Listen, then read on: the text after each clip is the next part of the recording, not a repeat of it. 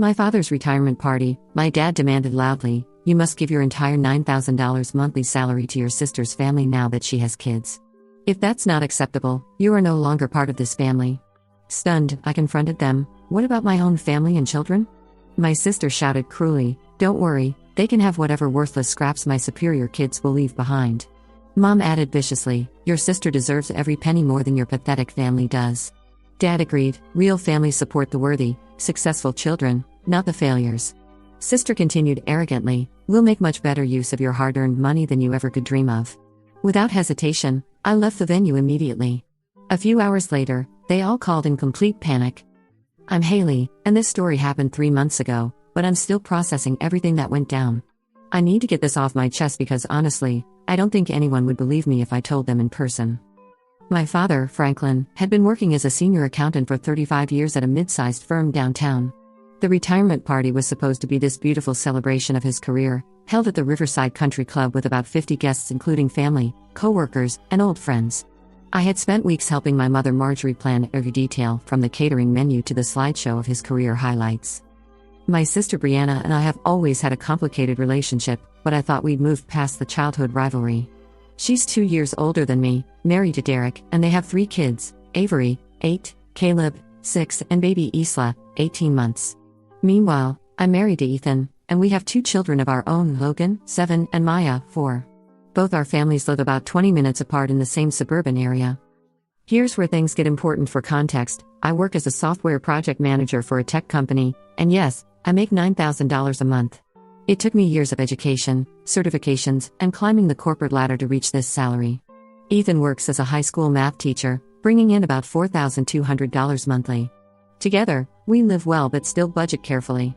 We have a nice 4-bedroom house with a mortgage, 2 reliable cars with payments, and we're aggressively saving for our kids' college funds and our retirement. Our combined income of $158,400 annually sounds like a lot, but after taxes, mortgage, insurance, and savings, we're not exactly living in luxury. Brianna got pregnant with Avery during her senior year of college and decided to focus on being a mom rather than finishing her degree. Derek works in sales at a furniture store, and until recently was making around $4,200 a month. But 3 weeks ago, his hours were cut to part-time due to slow sales, dropping his income to about $2,100 monthly. They've been struggling to adjust to this sudden change, especially with 3 kids. They live in a smaller apartment and drive older cars, but I never judge them for it. Different life choices lead to different outcomes, right? The retirement party started beautifully. Dad gave a heartfelt speech about his career journey, thanking everyone who supported him along the way. Mom was teary-eyed with pride, and Brianna and I both hugged him afterward. The atmosphere was warm and celebratory, with people sharing stories and laughing over dinner. But then, about 2 hours into the party, something shifted. Dad had been drinking more than usual, and I noticed him having intense conversations with Mom and Brianna in the corner. They kept glancing over at me, and I started feeling uneasy. Ethan noticed too and asked if everything was okay. I brushed it off, thinking maybe they were planning some surprise or discussing family logistics. Around 9 o'clock, as people were starting to wind down and say their goodbyes, Dad suddenly stood up and clinked his glass loudly. Everyone turned to look at him, expecting maybe a final thank you speech. Instead, what came out of his mouth changed everything. "Before everyone leaves tonight, I need to address something important with my family," he announced, his voice carrying across the room. "Haley, come here." I walked over, confused but compliant, thinking maybe he wanted to acknowledge my help with the party planning. Ethan followed behind me, and I could see concern in his eyes. Several guests nearby shifted uncomfortably, clearly sensing tension. "Haley," Dad continued, his voice getting louder and more commanding, "you've been blessed with a successful career and a high salary. Your sister Brianna has 3 beautiful children and is struggling financially with Derek's recent hour cuts. It's time you stepped up as a real family member." My Gregory ache dropped. I had no idea where this was going, but the tone was all wrong. The room had gone completely quiet, with all the guests watching this family drama unfold. I noticed a few people starting to look away in embarrassment, while others leaned in, unable to believe what they were witnessing. "You must give your entire $9,000 monthly salary to your sister's family now that she has kids," Dad declared loudly. "If that's not acceptable, you are no longer part of this family." The words hit me like a physical blow. I stood there stunned, my mouth literally hanging open. Around us, I could hear gasps and murmurs from the guests. Uncle Gregory started to step forward as if to intervene, but Aunt Paula grabbed his arm and pulled him back. Dad's coworkers were staring in disbelief. Clara, his former colleague, later told me she had never seen anything so inappropriate in her life. This was supposed to be a celebration, not a public family intervention. What? I managed to whisper, but then found my voice. What about my own family and children? That's when Brianna stepped forward, her face twisted with something I'd never seen before, pure malice mixed with entitlement. Don't worry, she shouted cruelly, loud enough for everyone to hear, they can have whatever worthless scraps my superior kids will leave behind. I felt like I'd been slapped. Superior kids? Worthless scraps? These were my children she was talking about, her own niece and nephew. But it got worse. Mom, who had been silent up until this point, decided to join the attack. Your sister deserves every penny more than your pathetic family does, she added viciously, her voice dripping with disdain. Dad nodded in agreement, emboldened by the support. Real families support the worthy, successful children, not the failures. I looked around the room. 50 people were witnessing this complete destruction of our family relationships. I could see Ethan's jaw clenched in anger, ready to step in and defend us. Some guests looked away in embarrassment, while others stared in fascination at the train wreck unfolding before them. Brianna continued arrogantly, "We'll make much better use of your hard-earned money than you ever could dream of." That was it. Something inside me snapped. The years of feeling like the less favored daughter, the subtle comparisons, the way they always seemed to excuse Brianna's choices while scrutinizing mine, it all crystallized in that moment. Without hesitation, I turned around and walked toward the exit. Ethan was right behind me, his hand protectively on my back. I could hear Dad calling after me, but his tone had shifted from demanding to concerned, as if he suddenly realized he might have gone too far. "Haley, wait. Come back here." But I didn't stop. We got to our car, and I was shaking with rage and hurt. Ethan helped me into the passenger seat because my hands were trembling too much to drive.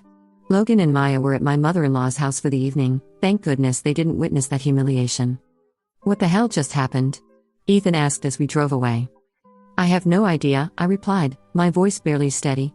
"But I think they just disowned me for not giving away my entire salary." The drive home was quiet except for my occasional sobs.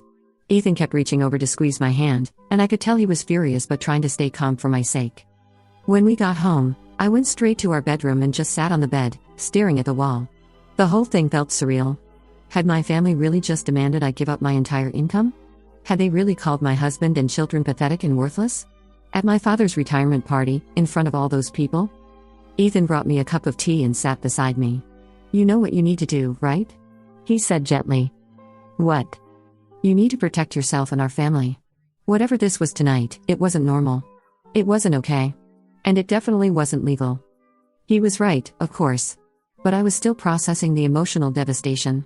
These were the people who raised me, who were supposed to love me unconditionally. How had it come to this? Around midnight, my phone started ringing. It was Brianna. "Haley, you need to come back," she said when I answered. "Dad's really upset, and Mom's having anxiety attacks. You made a scene." I made a scene? I couldn't believe what I was hearing. "You guys just publicly humiliated me and my family, demanded my entire salary, and I'm the one who made a scene?" "You're being dramatic," Brianna said dismissively. "We're family. We support each other. You have more than enough money, and we desperately need help since Derek's hours got cut." "Then ask for help like a normal person," I shot back. "Don't ambush me at Dad's retirement party and make demands in front of 50 people. "Look, just come back, Gregorio, and we'll talk about this reasonably," she said. "Maybe you don't have to give us the whole salary. We could work out some kind of arrangement." The audacity was breathtaking. "Brianna, what you all did tonight was unforgivable. You called my children worthless scraps. Mom called my family pathetic. Dad said I was a failure. There's no coming back from that."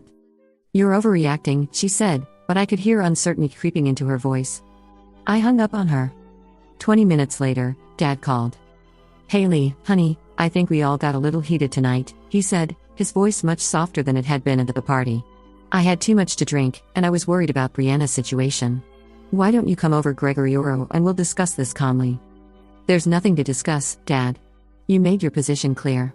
Either I give Brianna my entire salary, or I'm not part of the family." "Well, congratulations. I'm not part of the family."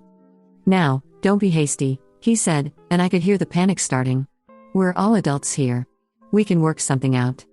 "The time for working something out was before you publicly humiliated me and my family," I replied. "The time for working something out was before you called my husband and children failures and pathetic." "Haley, please," I hung up on him too. Mom called next. "Haley, you need to stop being so stubborn," she said. Your sister really needs help with Derek's situation, and you're in a position to provide it. This is what families do.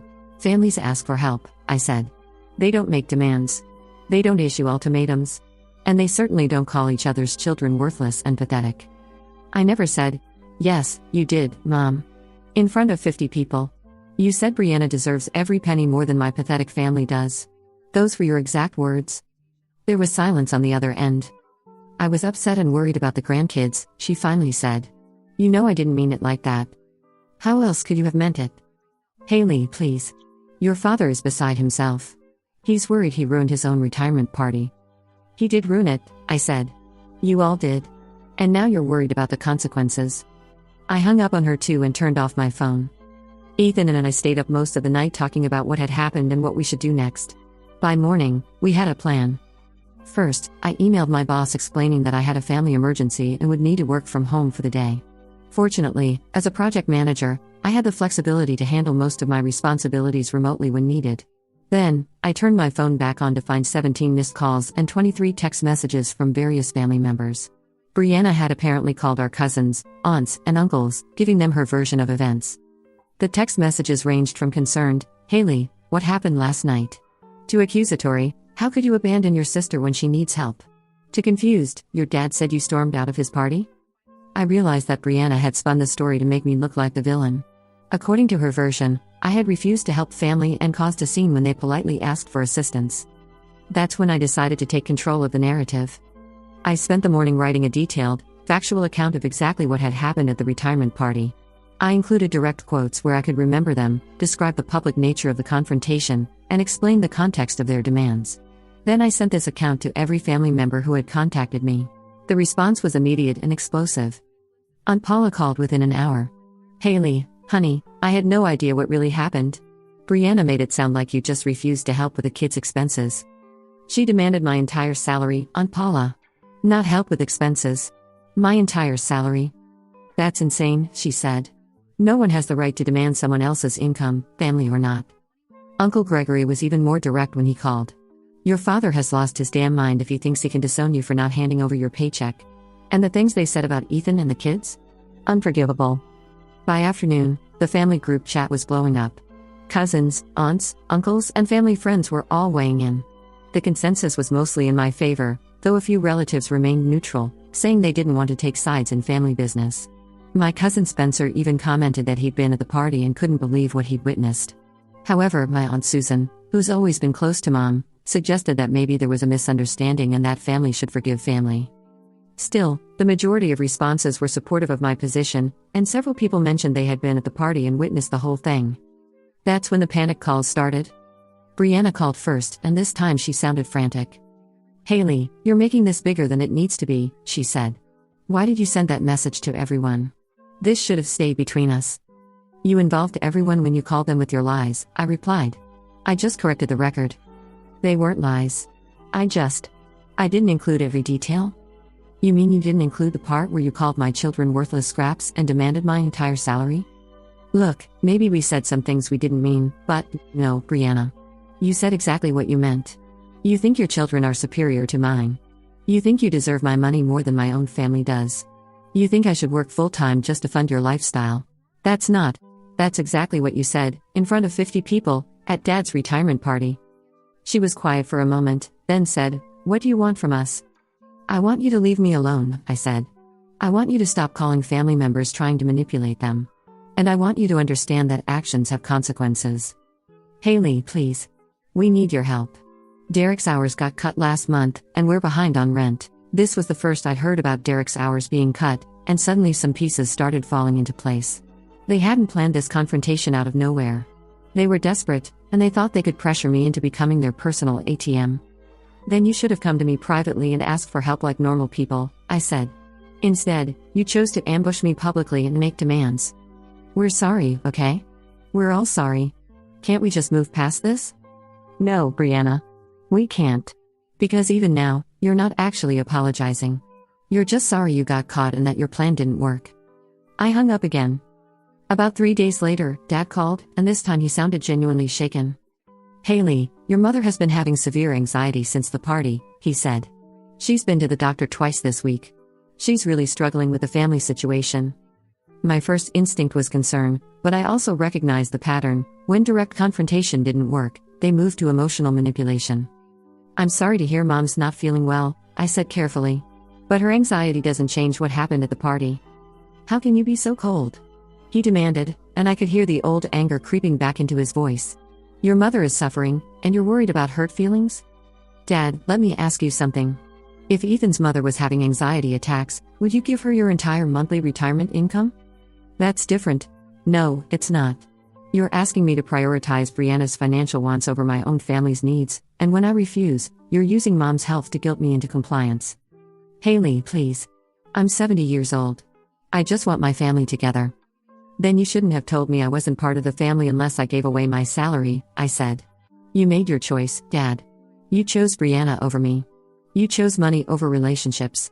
You chose to publicly humiliate me and my family. These are the consequences. I was drinking. I wasn't thinking clearly. Alcohol doesn't create thoughts, Dad. It just removes the filter that usually keeps us from saying them out loud. He was quiet for a long moment. What would it take for you to forgive us? He finally asked. I don't know, I said honestly. But it would start with a genuine apology, not because you want something from me, but because you understand how badly you hurt me and my family. We're sorry, he said quickly. No, Dad. You're sorry you got caught. You're sorry your plan didn't work. You're sorry the family is taking my side. You're sorry Mom's stressed. But are you sorry for what you actually did? He couldn't answer that question. Over the next week, things got worse for them before they got better for me. Word had spread beyond our immediate family to Dad's former co-workers and friends who had been at the party. Several people reached out to me directly to express their shock and support. One of Dad's former colleagues, Clara, called me personally. Haley, I've known your father for 15 years, and I've never seen anything like what happened at that party, she said. I wanted you to know that everyone there was talking about it afterward, and we're all on your side. Thank you, Clara. That means a lot. Has your family always been like this? She asked gently. It was a question I'd been asking myself all week. Had they always been like this, and I just hadn't seen it clearly? Or had desperation driven them to behavior that was out of character? Looking back, I could see patterns I'd missed before. Brianna had always been the favored child, the one who could do no wrong. When she got pregnant in college during her senior year, it was called an unexpected blessing and perfect timing to start a family. When I got pregnant 2 years after my wedding, it was poor timing for your career and maybe you should have waited longer. When Brianna dropped out of college to focus on motherhood, it was focusing on what's really important in life. When I completed my master's degree while working full-time, it was probably unnecessary for a woman and taking time away from your family. The favoritism had always been there, subtle but consistent. This public confrontation had just made it impossible to ignore. But as I thought more about it, I realized there were even more specific incidents that painted a clearer picture. 2 years ago, when Brianna needed $2,000 for Avery's medical bills after she broke her arm, Mom and Dad had called me within hours asking if I could help out the family. They presented it as a loan, but when I followed up 6 months later about repayment, Mom had acted offended that I'd even brought it up. Family doesn't charge family interest, she had said, making me feel guilty for expecting my money back. Last Christmas, when I gave each of my parents a $500 gift card to their favorite restaurant, Brianna had pulled me aside and said, "Must be nice to throw money around like that. Some of us have to actually budget for gifts." The implication was clear. I was showing off, being irresponsible with money, making others feel bad about their financial situation. But when Brianna gave Mom and Dad handmade photo albums that year, everyone gushed about how thoughtful and meaningful her gifts were. The double standard was glaring once I started looking for it. There was also the incident last summer when Logan needed emergency dental work after falling off his bike. The procedure cost $1,800, and we had to put it on a credit card because it wasn't fully covered by insurance. When I mentioned this to Mom during a family dinner, she had said, "Well, that's what happens when you don't keep a closer eye on your children." But when Caleb needed stitches after running into a glass door at Brianna's apartment, Mom had immediately offered to pay for the medical bills and praised Brianna for handling the situation so calmly. The contrast was stark and painful. Even earlier incidents from our childhood made more sense now. When Brianna got her first car at 16, it was because she needed reliable transportation for her job at the ice cream shop. When I turned 16, I was told that public transportation was character building and would teach me responsibility. I didn't get a car until I could afford to buy my own at 18. When Brianna wanted to go on a senior trip to Mexico, Dad had worked extra overtime to pay for it because she deserved to celebrate her graduation. When I wanted to attend a summer academic program at a prestigious university, I was told it was too expensive and probably not worth it anyway. The pattern was so consistent that I couldn't believe I'd never fully recognized it before. Every achievement of mine was downplayed, every struggle was my own fault, every success was luck or privilege rather than hard work. Meanwhile, Brianna's failures were explained away, her struggles were everyone's responsibility to fix, and her modest successes were celebrated as if she'd won Nobel Prizes. Now, sitting in my living room a week after the retirement party disaster, I felt stupid for not seeing it sooner. But I also felt angry, not just at them, but at myself for accepting this treatment for so long. Ethan found me crying at the kitchen table that Thursday morning, surrounded by old photo albums and high school yearbooks. "What's all this?" he asked gently, sitting down beside me. "I'm trying to figure out when I became the family disappointment," I said, wiping my eyes. "Look at this." I showed him my high school graduation photo. In the picture, I'm holding my diploma and several academic awards, but Dad's looking at his watch and Mom's waving at someone in the background. Nobody's looking at me. Then I showed him Brianna's graduation photo from 2 years earlier. She's in the center, surrounded by Mom, Dad, and 3 sets of grandparents, everyone beaming with pride. She had barely passed her classes and wasn't receiving any awards, but you'd think she'd just been accepted to Harvard. "Haley," Ethan said carefully, "I've been watching your family dynamics for 8 years now. This isn't new information to me." "What do you mean?" "I mean I've seen how they treat you versus how they treat Brianna. I've seen how they dismiss your accomplishments and excuse her failures. I've watched you knock yourself out trying to earn their approval, and I've watched them move the goalposts every time you got close." I stared at him. "Why didn't you ever say anything?" "Because you weren't ready to hear it," he said. "And because I hoped you'd figure it out on your own eventually." "Which you have." He was right. If he had pointed out the favoritism 5 years ago, I probably would have defended my parents and made excuses for their behavior. I needed to see it clearly for myself. "The retirement party was just the final straw," I said. "They've been treating me like a second-class daughter for years, and I kept telling myself it was all in my head." "It wasn't in your head," Ethan said firmly. "And what happened at that party? That was them showing their true colors to 50 witnesses. They can't take that back or pretend it didn't happen." That afternoon, I decided to do something I'd never done before. I called my college roommate, Samantha, who had stayed close with our family during our university years. "Samantha, can I ask you something about my family?" "Of course. What's up?" "Did you ever notice any favoritism between Brianna and me when we were growing up?" There was a long pause. "Haley, are you asking me this because of what happened at your dad's retirement party? You heard about that?" "Honey, everyone's heard about that. My mom ran into your Aunt Paula at the grocery store yesterday, and she filled her in on the whole thing." "So you know what they said to me?" "I know enough. And to answer your question, yes, I absolutely noticed favoritism. It was so obvious that my parents used to comment on it when I'd come home from visiting your family." This was news to me. "Really?" "Haley, your parents treated Brianna like she was made of gold and you like you were. I don't know, like you were expected to be grateful for the privilege of being their daughter. It was uncomfortable to watch sometimes." "Can you give me an example?" "Remember when we were juniors and you won that big scholarship for academic excellence? You called home to tell them, and your mom's first response was to ask if you were sure you deserved it." I had forgotten about that, but Samantha's words brought the memory flooding back. Mom had indeed questioned whether there might have been some mistake, whether other students might have been more deserving. But when Brianna got that part-time job at the clothing store, Samantha continued, "Your parents acted like she'd been promoted to CEO of a Fortune 500 company. They took her out to dinner to celebrate." "I remember that dinner," I said quietly. "You weren't invited," Samantha pointed out. "You were home for the weekend, but they went out to celebrate Brianna's achievement without you. They didn't even think to include you." The conversation with Samantha was both validating and heartbreaking.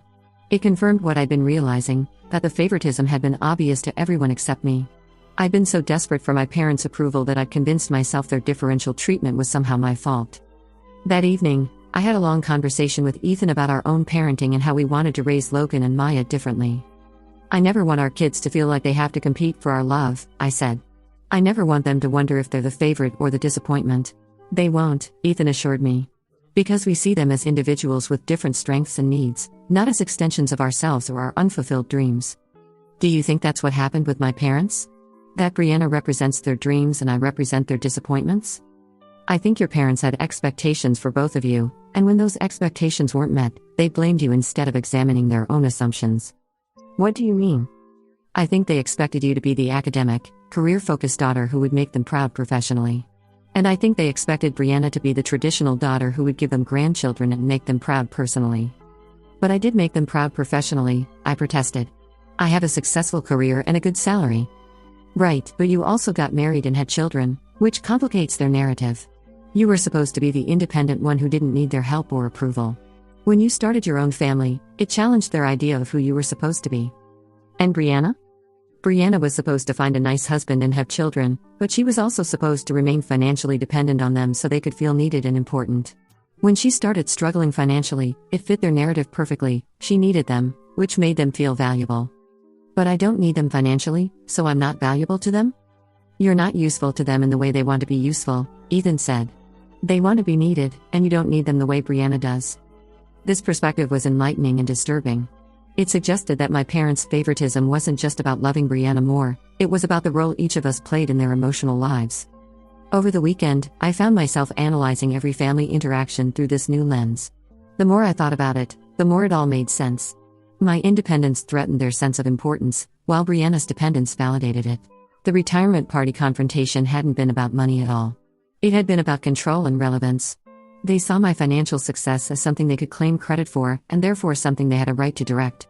When I refused to hand over my salary, I wasn't just refusing to help Brianna, I was refusing to acknowledge their authority over my life choices. This realization was both liberating and infuriating. Liberating because it meant their treatment of me wasn't actually about my worth as a person. Infuriating because it meant I'd spent years trying to earn approval that was never really available to me. By the second week, the financial reality of their situation became clear. Brianna called me crying. "Haley, we got a notice that we're behind on rent," she sobbed. "The landlord says if we don't catch up by the end of the month, he'll start eviction proceedings. We're 2 months behind now because of Derek's hour cuts." Despite everything, I felt a pang of concern for my nieces and nephew. Whatever was happening between the adults, the children were innocent. "What about Derek's family?" I asked. "They offered to let Derek and the kids stay with them, but there's no room for me to." "Haley, please. I know we messed up, but the kids don't deserve to be homeless or have their parents separated." She was right about that, but I also knew that if I gave in now, nothing would change. They would see my help as validation that their approach had been correct, just poorly timed. "Brianna, I'm not going to give you my salary," I said firmly. "But I might be willing to help in other ways, if certain conditions are met." "What conditions?" "First, a genuine apology from all three of you, Dad, Mom, and you. Not because you want money, but because you understand how wrong your behavior was." "Okay, we can do that." "Second, Derek needs to get a second job or find full-time work. I'm not funding a lifestyle where one parent chooses not to work. He's been looking. Then he needs to look harder. McDonald's is hiring. Walmart is hiring. Pride doesn't pay rent." That's fair," she said reluctantly. "Third, any money I provide comes with a repayment plan. This isn't charity. It's a loan. Haley, you know we can't afford to pay you back right away. Then you'll pay me back slowly, over time, with interest. Just like any other loan." "Interest? We're family." "Family doesn't make ultimatums about salary demands either, but here we are." She was quiet for a long moment. "And fourth," I continued, "there will be complete transparency about your finances. I want to see bank statements, bills, and a detailed budget before I contribute a single dollar." "That's humiliating." "Not as humiliating as being publicly disowned at a retirement party for refusing to hand over my paycheck." "Fine," she said finally. "We'll do whatever you want." But I wasn't done yet. "And fifth, you'll issue a public apology to Ethan and our children for the things you said about them. They deserve to hear that directly from you." "Haley, those are my conditions, Brianna. Take them or leave them." She took them. The apologies came over the next few days, and they were about what I expected, reluctant, defensive, and focused more on their desperation than genuine remorse. But it was a start. Dad's apology was the hardest to listen to. "Haley, I know I said some things I shouldn't have said," he began when he called. "I was stressed about retirement, worried about money, and I had too much to drink." "What specifically are you apologizing for, Dad?" For getting upset at the party." "That's not an apology, Dad. That's an excuse." He sighed heavily. "I'm sorry for demanding your salary. I'm sorry for saying you weren't part of the family. I'm sorry for calling you a failure. And I'm sorry for letting Brianna and your mother say those things about Ethan and the kids." It wasn't perfect, but it was more acknowledgement than I'd expected. Mom's apology was similar, reluctant and filled with justifications, but she did eventually admit that calling my family pathetic was wrong. Brianna's apology to Ethan and the kids was the most important to me. She came to our house, sat down with Logan and Maya, and explained that she had said some very unkind things about them that weren't true. I was upset and worried about money, she told them, but that's no excuse for saying mean things about your family. You have a wonderful mommy and daddy, and you're both amazing kids. Logan, being 7, asked a simpler but direct question: why were you mean to us? Brianna looked uncomfortable. Sometimes grown-ups say things they don't mean when they're scared or worried. But that doesn't make it okay. Maya, who's only 4, just said, "It's okay, Aunt Brianna. Mommy says everyone makes mistakes." It was a better exchange than I'd expected from Brianna, and Logan seemed satisfied with her explanation.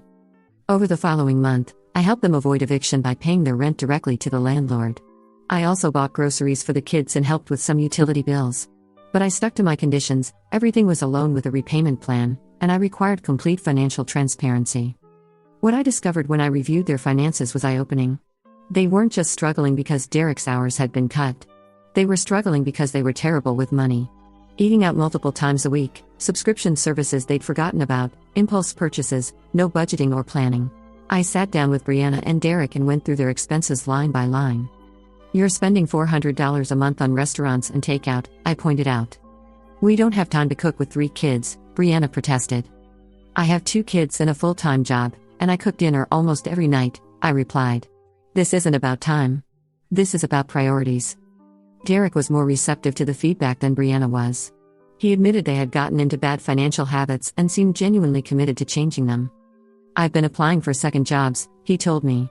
"There's a night shift warehouse position that would be perfect because Brianna could watch the kids while I work." "That's great, Derek. What about the daytime job situation?" "My manager says my hours should go back to normal next month when the slow season ends." We worked out a budget that would allow them to live within their means while still paying me back gradually. It wasn't glamorous, but it was sustainable. Meanwhile, the broader family situation was slowly improving. The extended family had made it clear that what happened at the retirement party was unacceptable, and Mom, Dad, and Brianna were feeling the social consequences of their behavior. Uncle Gregory told me that Dad had tried to justify his actions at a family barbecue, and several people had simply walked away from the conversation. "He's not getting the support he expected," Uncle Gregory said. "Most people think what he did was completely out of line." Aunt Paula mentioned that Brianna had been complaining to cousins about my harsh conditions for helping them, but wasn't getting much sympathy. "She keeps saying you're being unreasonable, but when she explains what you're actually asking for, people think you're being pretty generous considering what they did to you." The social pressure was working. All 3 of them were realizing that their behavior at the retirement party had damaged their reputation in the family and community. About 6 weeks after the incident, Dad called me with news.